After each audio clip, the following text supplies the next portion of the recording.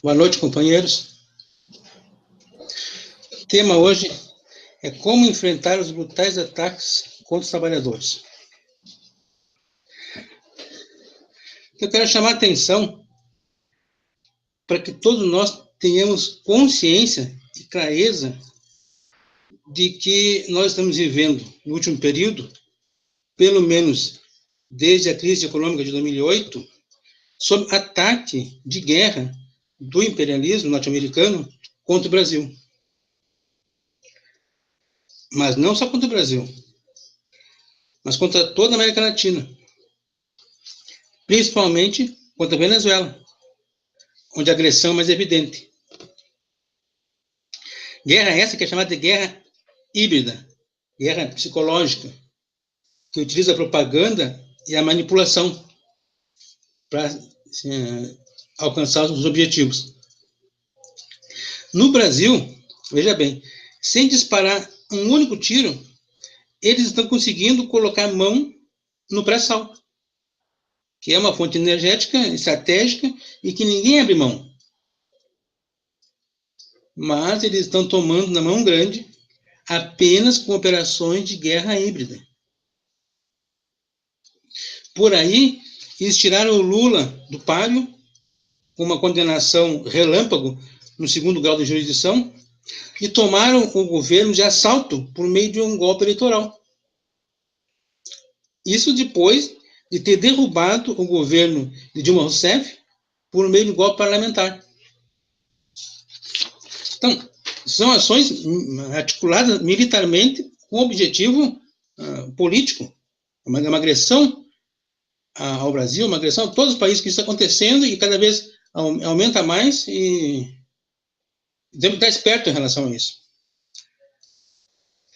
Então, nós não podemos subestimar a capacidade dos organismos de inteligência dos Estados Unidos de manipular toda a sociedade do país atacado, utilizando a mídia e o poder judiciário do próprio país para derrubar governos e para mudar regimes.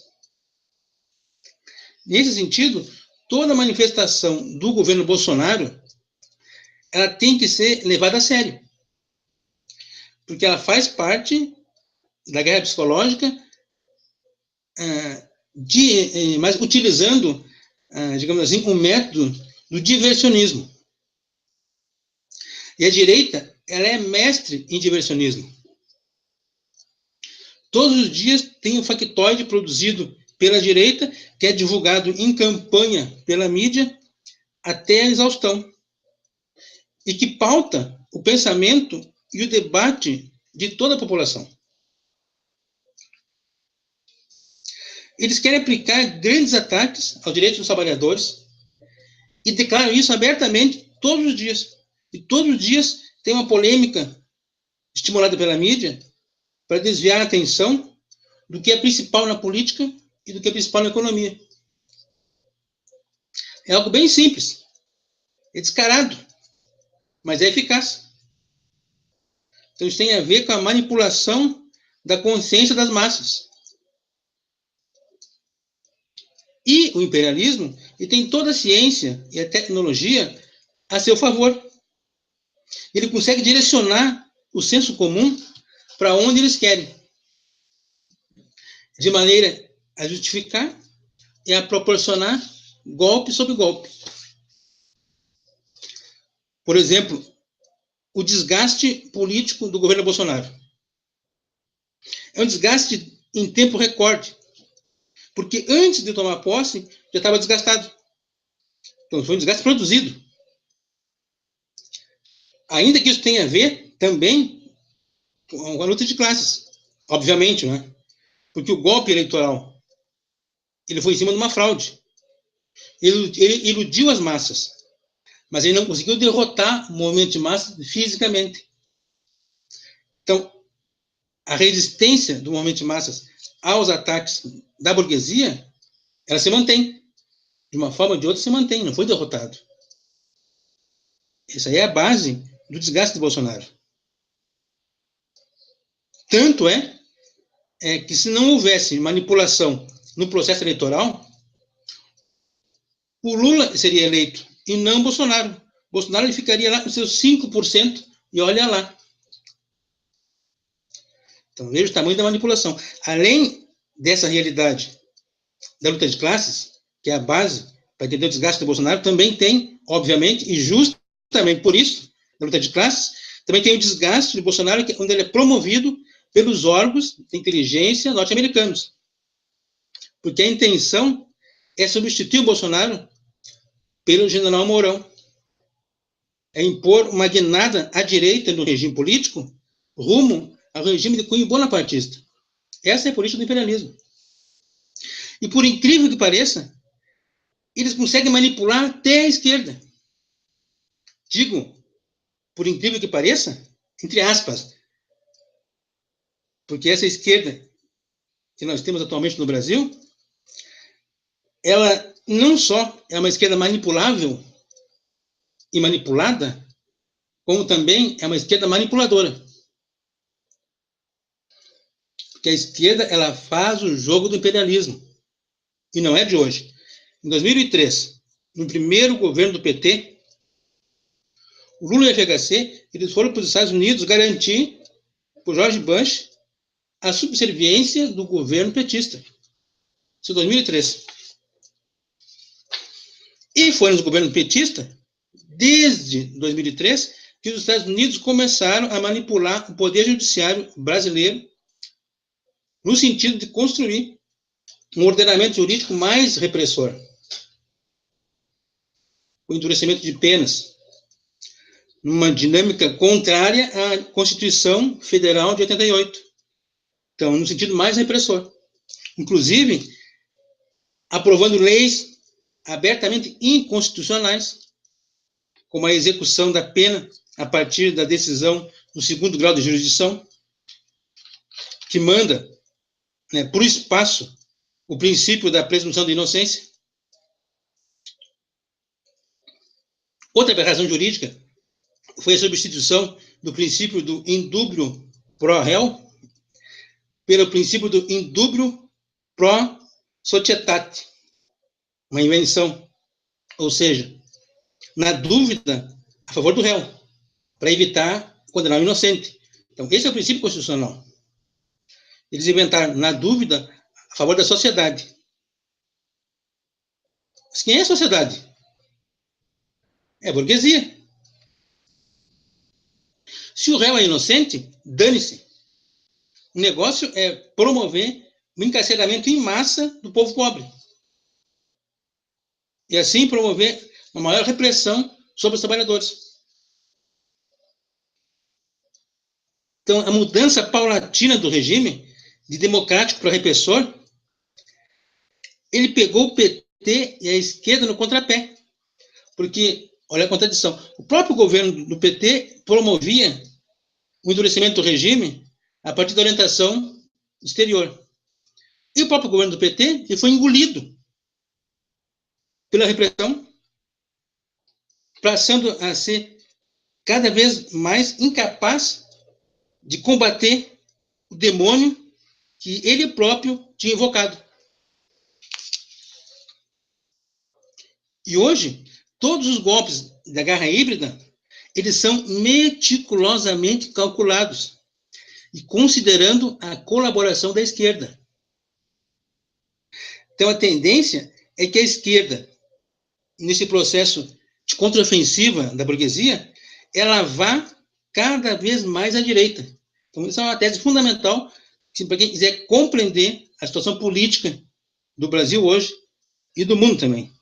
Por exemplo, vou dar um exemplo para concretizar.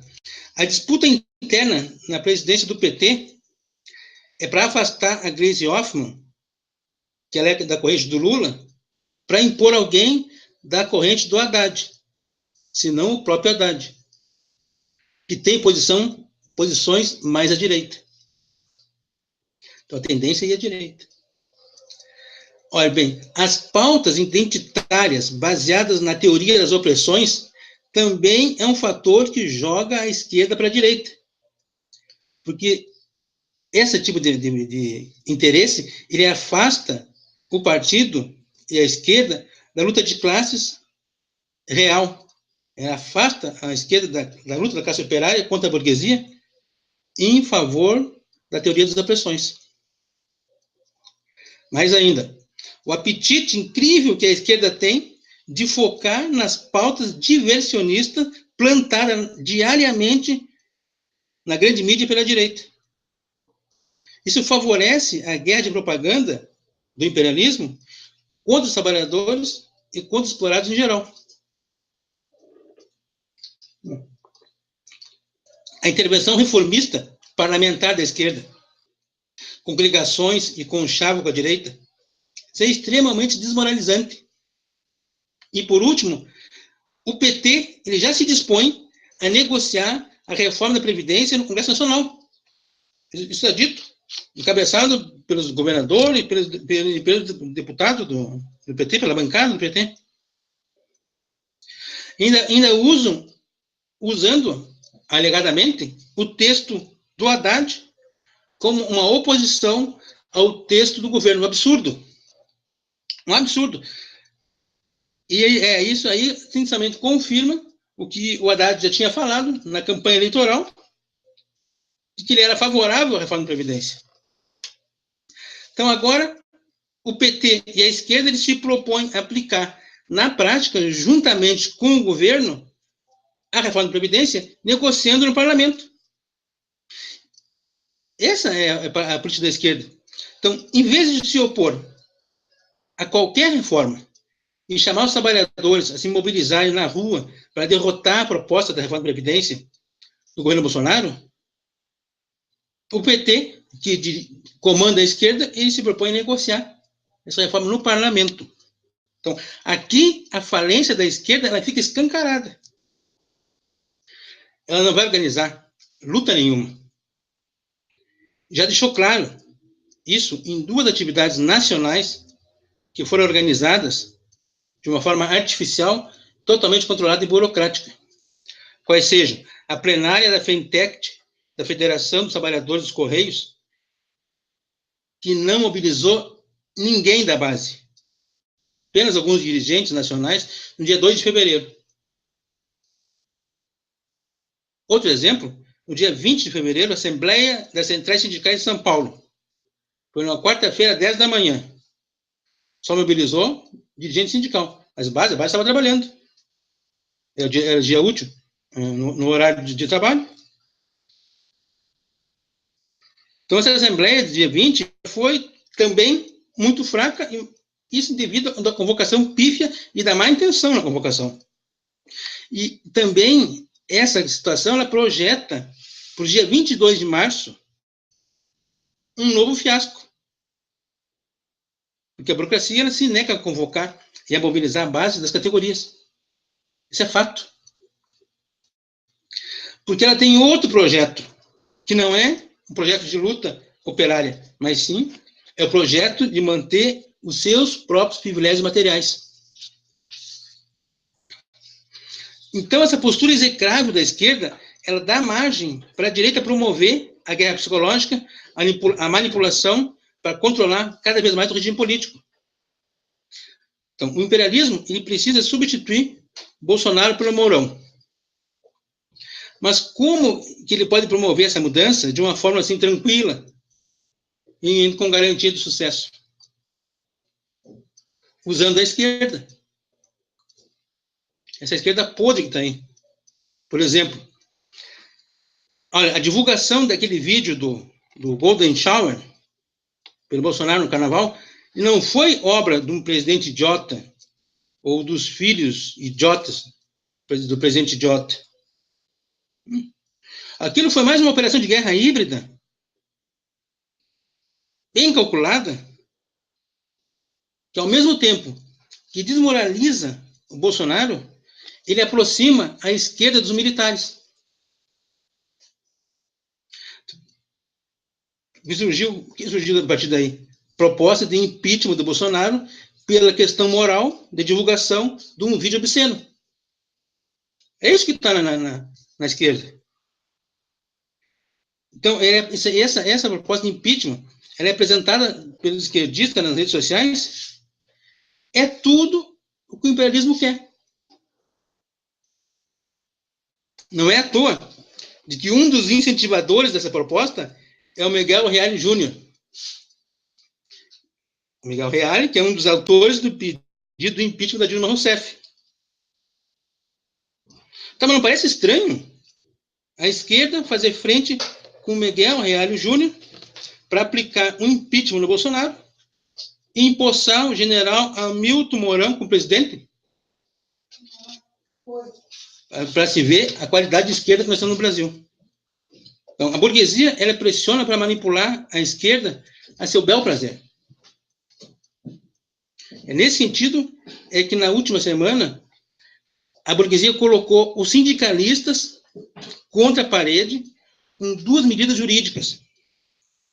Primeiro, a medida provisória número 873, que vai no sentido do sufocamento financeiro dos sindicatos. Então, na medida em que não reconhece mais a decisão das assembleias e desautoriza a patronal a fazer o desconto e o repasse das contribuições dos trabalhadores para os sindicatos. E também a proposta de PEC, de emenda à Constituição, do fim da unicidade sindical. E o governo ameaça pôr em votação após a aprovação da reforma da Previdência, conforme o próprio governo. Para quê? Para acabar com um sistema que permite apenas um único sindicato representando uma determinada categoria na mesma base territorial. Então, com o fim da unicidade sindical, vai dividir muito mais ainda a classe operária, por uma medida burocrática do governo, e vai dar condições para que qualquer grupo pelego possa fazer um sindicato em determinada empresa. Essa empresa, os pelegos tomam conta. O sindicato é deles. E assim por diante. Então, isso é uma pressão bárbara sobre a burocracia. E esse tipo de chantagem da burguesia, ele vai empurrando a burocracia cada vez mais para um tipo de paralisia. A burocracia fica recebendo pancada e fica paralisada. E a direita, ela vai aplicando todo o programa político dela, passo a passo, e sem ter nenhuma oposição de verdade.